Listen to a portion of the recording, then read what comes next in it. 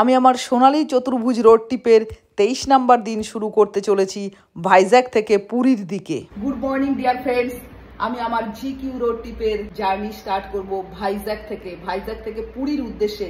পুরী এখান থেকে 415 কিলোমিটার। দেখো ব্রেকফাস্ট করছি ইডলি দিয়ে, বাইরে ঝিরঝির করে বৃষ্টি পড়ছে তাই বেরোতে পারছি না। ব্রেকফাস্টটা করেই নিই, যেখানে ছিলাম তার পাশে এই দোকানটা।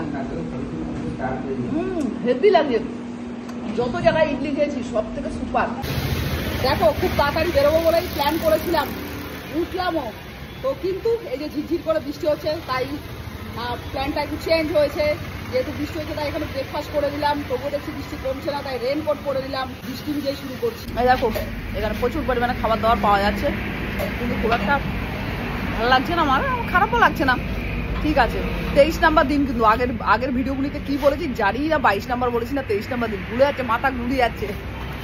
তো আজকে 23 নাম্বার দিন, প্রচুর বৃষ্টিতে শুরু করেছি, তারপর রেনকোট পরে চালালাম, প্রায় 150 কিলোমিটার চলে এসেছি। ভাইজ্যাকে প্রচুর বৃষ্টি হয়েছিল, তো বৃষ্টির মাথায় নিয়ে বেরোলাম।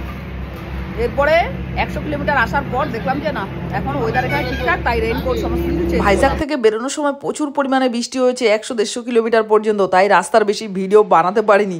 এবার এখানে বৃষ্টি কমলো তাই ড্রেস চেঞ্জ করলাম আর একটু চা কফি খাচ্ছি। রাবণ থালাতে খাচ্ছি, এত বড় থালা যে এখানে সবাই এরকম এত বড় বড় প্লেটে খায়, জানো তো, বুঝতে পারছি না এত বড় প্লেট। আর এখানে আমি কোচ নিলাম, এই দেখো খাচ্ছি, এটাকে আমি নাম দিলাম রাবণ থালা। এত বড় সাউথের দোকান পর থেকে এত বড় বড় প্লেটে গেছে। চিকেন ফ্রাইড রাইস ভালো বানিয়েছে, এক প্লেট 120 টাকা, সঙ্গে রায়তা দিল। বৃষ্টি যেখানেই কমলো সেখানেই থামলাম, থামার পরে রেনকোট চেঞ্জ করলাম, একটু টিফিন পাতি করলাম, আবার একটু ফ্রাইড রাইসও খেলাম, খেতে আমি খুব ভালোবাসি।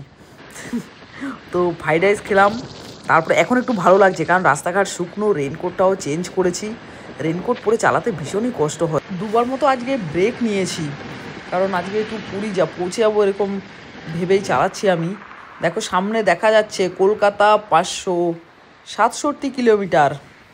সেই দুপুরের পর থেকে গাড়ি চালাচ্ছি কন্টিনিউ, সন্ধে হয়ে গেছে, রাতই হয়ে গেছে, 9:15 বাজতে চললো। পুরীতে ঢুকে গেছি, এবার হোটেলের রুম দেখবো। পুরী নিতাই ভবনে আজকে স্টে করছি।